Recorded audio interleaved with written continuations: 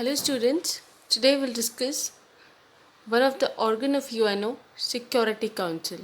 It is a very important organ of the UNO and it has two type of members, permanent members and non-permanent members.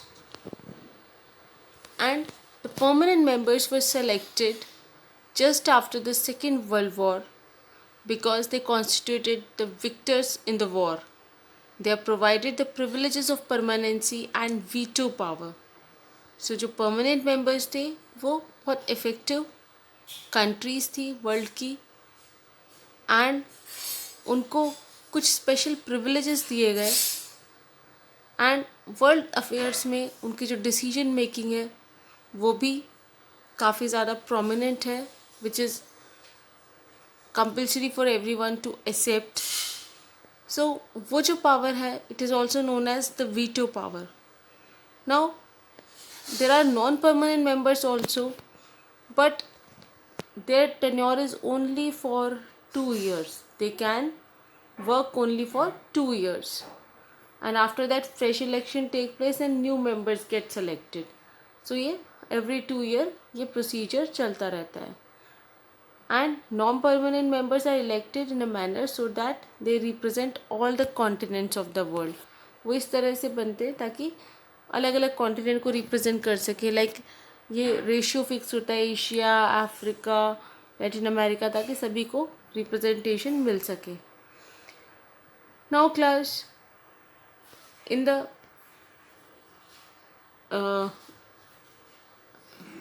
Security member as I told you there are 5 members. So आपको names पता होने चाहिए.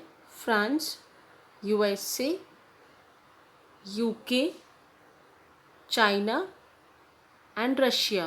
So these are the 5 countries who are the member of Security Council. Now if we talk about General Assembly whose meetings are held every year, and war and peace and differences between members states are discussed in the General Assembly. So General Assembly में जो general issues हैं all such are discussed. और ये जो issues है Security Council भी address करती है. Now if we talk about the social and economic issues, जो welfare के issues हैं उनके लिए बहुत सारी एजेंसीज हैं. WHO, UNDP, UNHRC, UNHCR, UNICEF, UNESCO. तो ये सब नाम आप लोगों ने सुन रखे हैं. तो ये ऑर्गेनाइजेशन चाहे हेल्थ हो, एजुकेशन हो, डेवलपमेंट हो, पॉवर्टी हो, इन सब एरियाज़ में ये लोग वर्कआउट करते हैं अलग अलग कंट्रीज़ में. Now separately we will discuss about all these organizations. IMF, it oversees those financial institutes and regulations that act at the international levels. So IMF का जो मेजर वर्क है, जितने भी जो फाइनेंशियल इंस्टीट्यूट्स हैं, रेगुलेशंस हैं, उनको ये लुक आफ्टर करता है. So its full form is International Monetary Fund. Now World Bank was created after the Second World War in 1945. So World War बना था 1945 में, and its activities are focused on the developing countries. It works for human development, agriculture, rural development, environmental protection, establishing and enforcing regulations, infrastructure. So इसका basic work ये सारे development जो areas हैं उनमें specially developing countries में इन सब areas को fulfil करना. So it provides loans and grants to the member country. तो जो डेवलपिंग कंट्रीज़ हैं उनको ये हेल्प आउट करता है, उन्हें ग्रांट एंड लोन्स प्रोवाइड करता है. सो इसमें ईयर आपको ध्यान रखना है 1945. Now WHO was set up in 1995. Sorry, it's WTO. WTO is set up in the year 1995. WTO से पहले एक ऑर्गेनाइजेशन था, general agreement on trade and tariff, जिसको हम गैट भी कहते हैं. बट गैट इतना इफेक्टिव नहीं था तो इसको टेक ओवर किया WTO ने 1995 में. And all decisions are taken unanimously but the major economic powers like USA, European Union, Japan, they have managed to use the WTO. तो जो बड़ी कंट्रीज़ हैं, डेवलप्ड कंट्रीज़ हैं, उन्होंने WTO को इन्फ्लुएंस करने के लिए काफ़ी एफर्ट्स किए हैं ताकि वो अपने हिसाब से इकोनॉमिक पॉलिसीज़ बना सकें. Now IAEA, international atomic energy agency, ये 57 में बना था.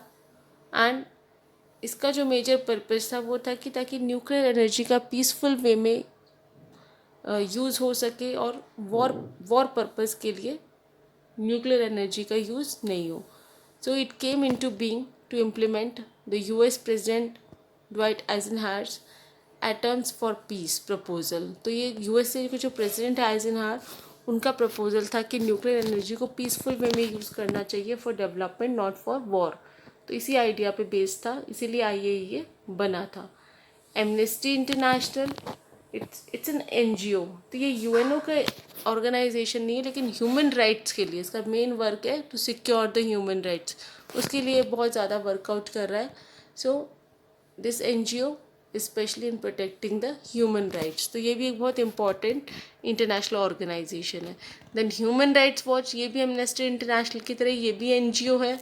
And it is also working for protecting human rights in the various countries. Then UNESCO का ईयर 1946, इसका फुल फॉर्म आपको ध्यान रखना है, UNO's educational, scientific and cultural organisation. तो ये इनके एरियाज़ हैं जहाँ पे अलग अलग कंट्रीज़ में डेवलपमेंट प्रोसीजर ये इनिशिएट कर रहे हैं.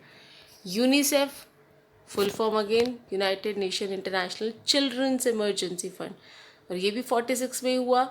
और इसका भी मेन वर्क है चिल्ड्रंस का डेवलपमेंट. तो स्पेशली जो पुअर कंट्रीज़ है वहाँ पे चिल्ड्रंस की जो कंडीशन है, उनकी हेल्थ, एजुकेशन, तो उनके लिए ये फंड्स प्रोवाइड करते हैं. Then ILO, International Labour Organisation, ये 1919 में ही बन गया था. सेकेंड वर्ल्ड वॉर से बहुत पहले ये बन चुका था. और वर्ल्ड में जो लेबर जो इश्यूज़ हैं उनको ये सॉर्ट आउट करता है, सो दैट कि laborers do not find any difficulty and problems. Apart from this, these are some other organizations of UNO. So international organizations, especially years and full forms are needed to be remembered.